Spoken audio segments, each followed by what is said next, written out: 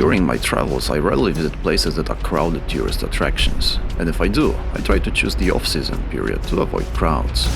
Mostar, however, was on my list of places to visit during this trip, so shortly after 11 we parked in Marsalatida Street near the Old Town and went sightseeing.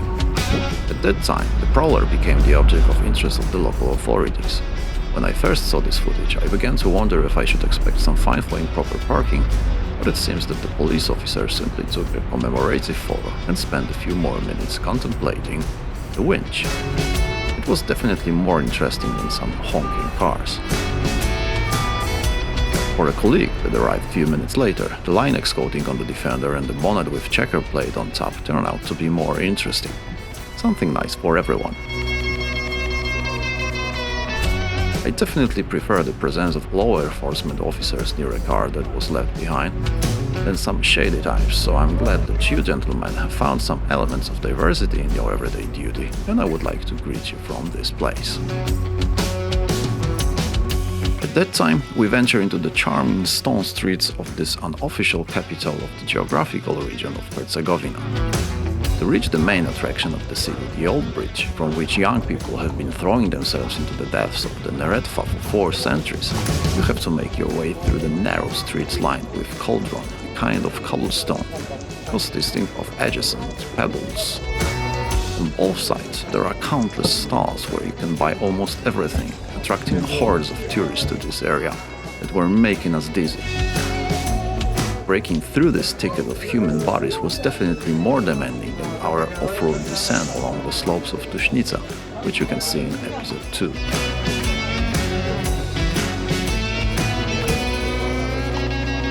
Why Mostar at all?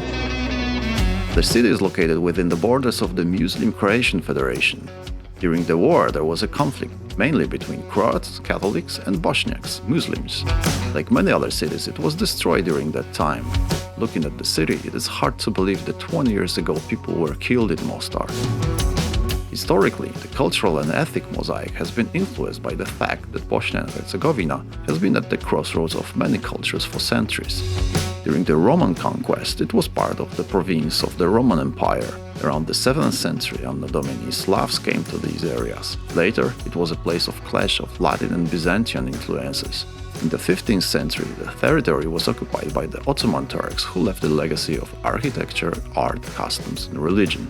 In the last years of the 19th century, an uprising against the Turks broke out, and the city fell under the Austro-Hungarian rule. As a result, Serbs, Croats, and Bosniaks settled there, and the city became a multicultural home of different religions. The biggest attraction of the city is the stone bridge picturesquely stretched between the banks of the Neretva River. It was built in 1566 by Master Hayriuddin on behalf of the Turkish Sultan Suleiman. Old Bridge, this is the official name of this beautiful, architecturally perfect arch, for over 400 years was the center of the city and a meeting place mainly for young people who used to bath next to it. It is said that those who have not crossed the Old Bridge have not been to Mostar, so it's no wonder that we have crowds of visitors here. This dog, unlike Kira, felt very comfortable resting among hundreds of tourists passing him by. Kira was clearly distracted as she wandered among the thickets of visitors' legs, so I wanted to be in a place where she could feel more comfortable as soon as possible. On our way, we passed young guys who jump into the water from a height of over 21 meters for money. In order to encourage visitors to collect money for the jump, they stand on the edge of the bridge in swimming trunks, giving the impression that they are ready to jump, but they do not take any further action until they collect the appropriate amount. The difficulty of jumping is not only about overcoming the fear of heights. Mostar is the hottest city in the former Yugoslavia, with summer temperatures reaching 50 Celsius degrees. The Neretva is a mountain river. There are dangerous swells, a rocky jagged limestone bottom, its bed is narrow, and the water temperature is low, about 8 Celsius degrees. The result of a jump can be thermal shock and drowning. To perform a jump correctly, you need to show not only courage but also prudence. It was also hot that day. Wading in the cold water wasn't enough for Kira, and she was obviously looking for some shade, encouraging me to continue our walk. But I wanted to spend a bit of time here. It is a key place for historical reasons. The name of the city itself comes from the word Mostar, meaning a man who once guarded the bridge and collected a toll for crossing. Once wooden, then chain and finally stone, for centuries it symbolized the reconciliation of East and West, Christianity and Islam. The tradition of jumping was born in the times of Turkish rule in today's Herzegovina. This is where the boys were tested for courage. They started training on the bridge at the age of 7. Jumping was a kind of entering adulthood, an initiation ritual for men living in the city. The mystical dimension of this ceremony still exists, but in a slightly modernized version. This time as a spectacle that unites founding and war-torn nations. It is intended for everyone. It is a unique attraction of cultural tourism.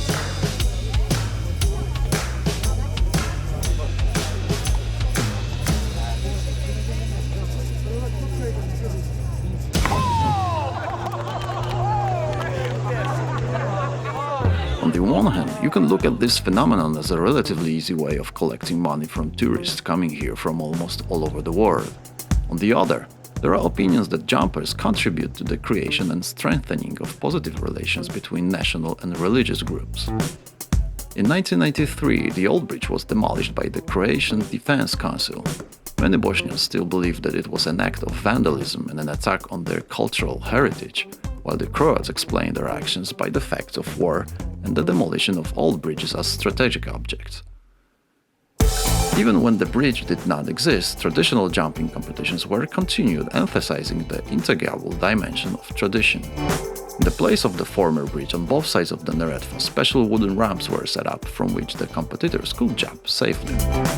After the war, the old bridge was rebuilt using original technology. Hungarian sappers from SFOR extracted elements of the destroyed bridge from the bottom of the river, and Turkish staymasons prepared new blocks of marble from the same quarry. The ground opening took place in July 2004. Bosnia and Herzegovina has been a sovereign state since 1992, when it proclaimed its independence from Yugoslavia, which led to civil war between 1992 and 1995. The war ended with the Dayton Agreement. The state was divided into two administrative units, the Muslim Croatian Federation and the Serbian Republic. After several dozen minutes spent on the banks of the Neretva, we sank back into the atmosphere of Mostar. Kira, literally. The Neretva is a river of the highest purity class and its water is drinkable, so for a moment it crossed my mind that I could do the same. However, my plans were to sit down somewhere and taste the local cuisine to the accompaniment of the joyful shouts of the taste buds, on which the cold beer will flow. So after leaving this asylum, which fortunately was not crowded, we plunged back into the narrow streets of the city, and after a dozen or so minutes of squeezing again among dozens of stalls and countless colorful gadgets, a few minutes of conversation with Maciek, a buddy from Warsaw in whose garage I rebuilt my Defender, and whom I unexpectedly met with his wife and their son right here in Mostar, I chose a slightly less crowded restaurant and ordered lunch. It's a nice change from meals that you make quickly while traveling off-road, but I also like that simplicity very much, and I have no problem functioning like this for a longer time.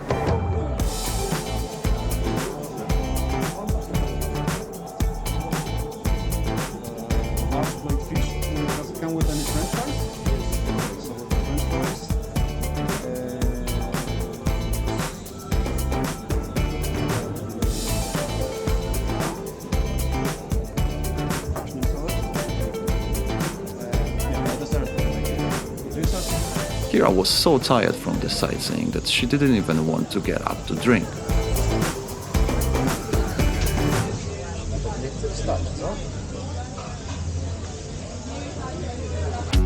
At that time, the prowler's personal security was doing their round again. The policeman even checked whether under the flap nobody had broken the lock of the compressor connection, winch control and battery power socket compartment.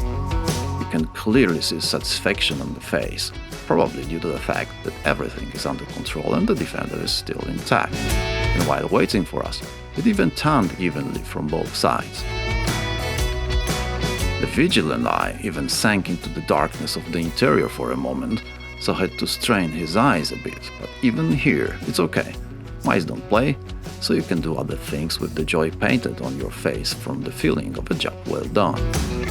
Thank you very much, gentlemen, for this watchful eye and looking after my house on wheels.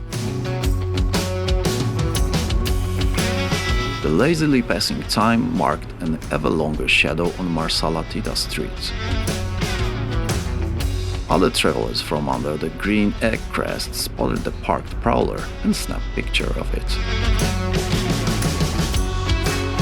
Before the defender managed to sink into the shadow of the neighboring building and take a break from the heat pouring from the sky, we managed to return and set off to the next destination on our list.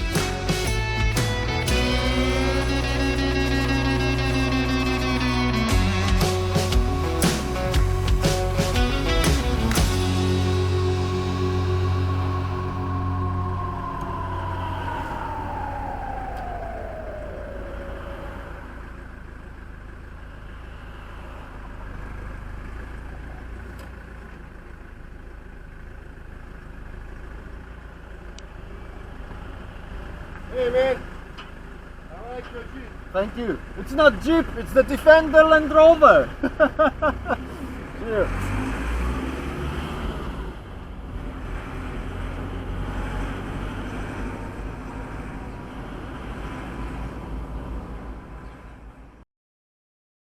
I didn't drive too far from Mostar because I got the wrong way. I just drove in the opposite direction. All because I planned to get here by a slightly different road, which is marked with a red line here, but unfortunately, as you can see on the recorded route, the day before it turned out that we can't go this side of the river and I had to go back to the normal road.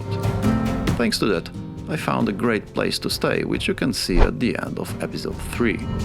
Moving on, I accidentally assumed that I should follow this line, but I was supposed to find myself in the mountains that can be seen directly on the other side.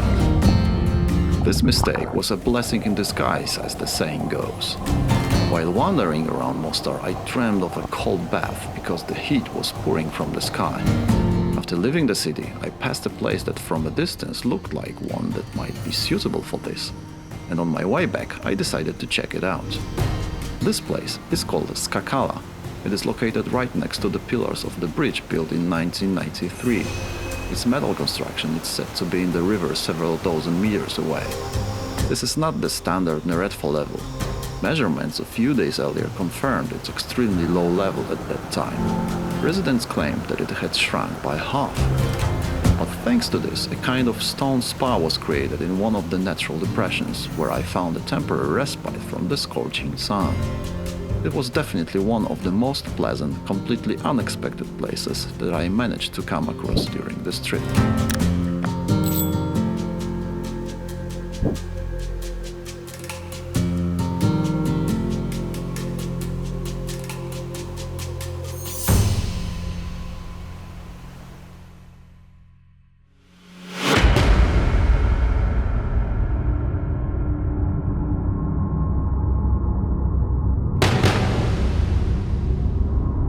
Don't let your guard down while exploring beautiful corners of this not so long ago war-torn country. Anti-personnel mines are still the greatest threat here. For the first time, they were used on a large scale during World War I. Then, they were used during all armed conflicts of the 20th century. They owed their popularity to ease of use and price. One mine cost about $3. However, not only the food of a soldier can be the trigger. UNICEF data says that the majority of victims are civilians and 30 to 40% of them are children under the age of 15. Bosnia and Herzegovina is the most mined country in Europe. According to data from a decade ago, 2.5% of the country was still mined. The road that runs along the western slopes of Mount Veles is a road through the middle of one of the country's 10,000 minefields. They are usually well marked, so when you see the signs, do not enter the areas marked with them. Mount Veles proudly rises above Mostar. From its slopes there is a wonderful view of the valley of the Neretva and Buna rivers. Initially, an asphalt road from which the remains of two Austrian-Hungarian fortresses, Fortica and Meridian Glava, can be seen in the distance, turns into gravel in the old village of Slipovac, located in the Podvelezje plateau, characterized by moderate summers and the coldest winters in the region. The uniqueness of Podwelezie lies in preserving the old lifestyle and protecting nature. The road to the top is very steep, with some even steeper sections. Starting from Mostar, a city at 177 meters above sea level, the climb is 23.4 kilometers long. At this distance, the elevation gain is 1719 meters. The average slope is 7.7% with sections up to 14%. The trail is dry and rocky and should not be taken by novice drivers, especially those who have problems with reversing. There are sections of several kilometers where two cars are unable to pass each other and one of them has to reverse along a narrow and very winding thread to the place where it will be possible. There are few water sources in the whole area, so make sure you have enough, especially in the summer. The road is usually impassable from November to May. Avalanches, heavy snowfalls and landslide can occur at any time and are extremely dangerous due to the frequent occurrence of patches of ice.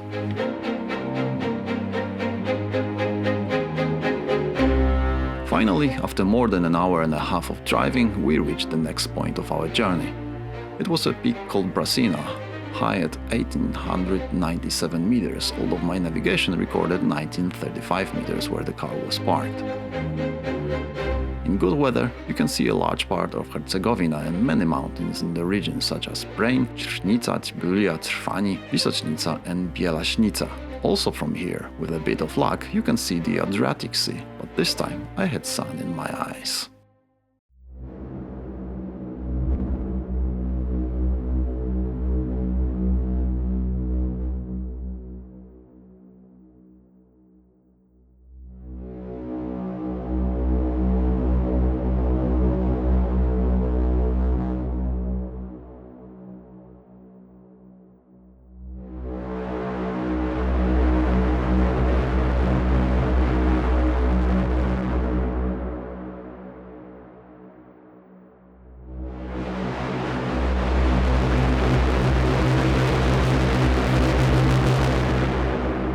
On the top, there are remains of a former military base. Searching for information about it on the internet, I came across on one of the Bosnian forums a description of a person who claims to have performed the duties of an aspirant in it. He describes the place as follows. I stayed in Velez in 1992 and 93. On one of the peaks, there was a military communication center. There was also a civilian facility in the immediate vicinity. The military part of the building in the ground part was a large one-story house with all the facilities needed by the army. Bedrooms, kitchen, canteen, toilets with bathrooms, gym, hall with the radio station, as well as an elevator and a staircase to a depth of 30 meters. Underground level was a much more spacious facility capable of withstanding an atomic blast.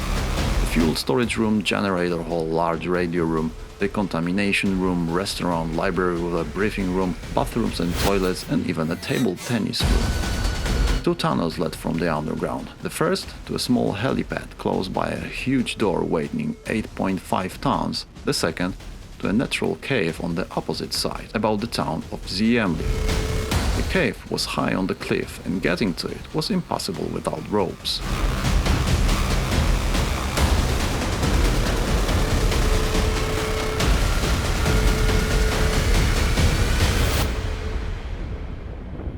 Like many military facilities at that time, this one was razed to the ground as well. It is said that it was blew up with several tons of explosives.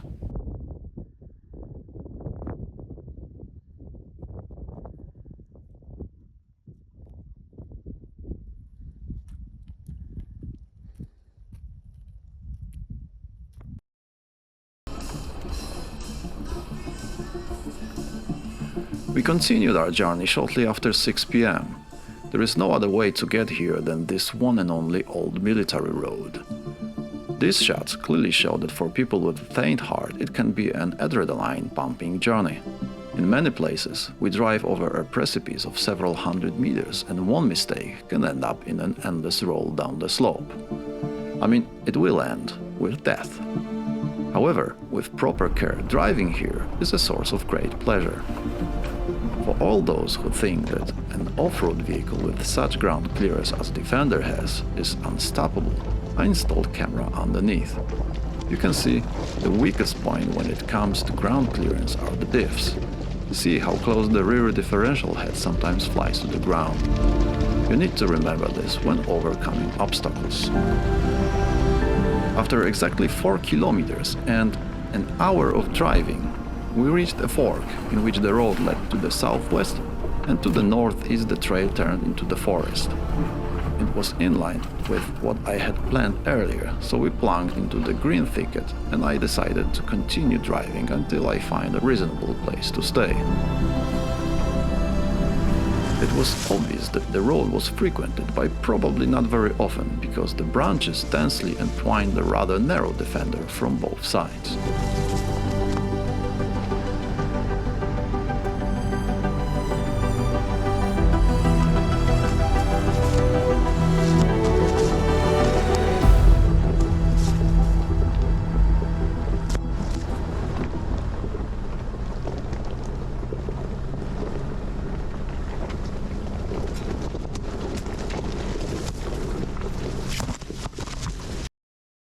Finally, after covering 16.5 kilometers and almost 3 hours of driving from the top, we came across a fantastic clearing. This time, I finally had space to do a holy grey time-lapse, as there was nothing but desolation around, so the spot seemed safe to leave the equipment outside overnight. Using the Starwalk app, I determined Milky Way trajectory, prepared the equipment and focused on the rest of the standard evening activities. The time-lapse started spectacularly. The Milky Way appeared exactly where it's supposed to, but unfortunately the lens was quickly covered with dew, which I tried to wipe from time to time, but in the end I had to give up and go to sleep. The effect is that at some point nothing was visible, and only the morning sun lifted the fog high enough to discover our peaceful spot, to which we'll return in episode 5.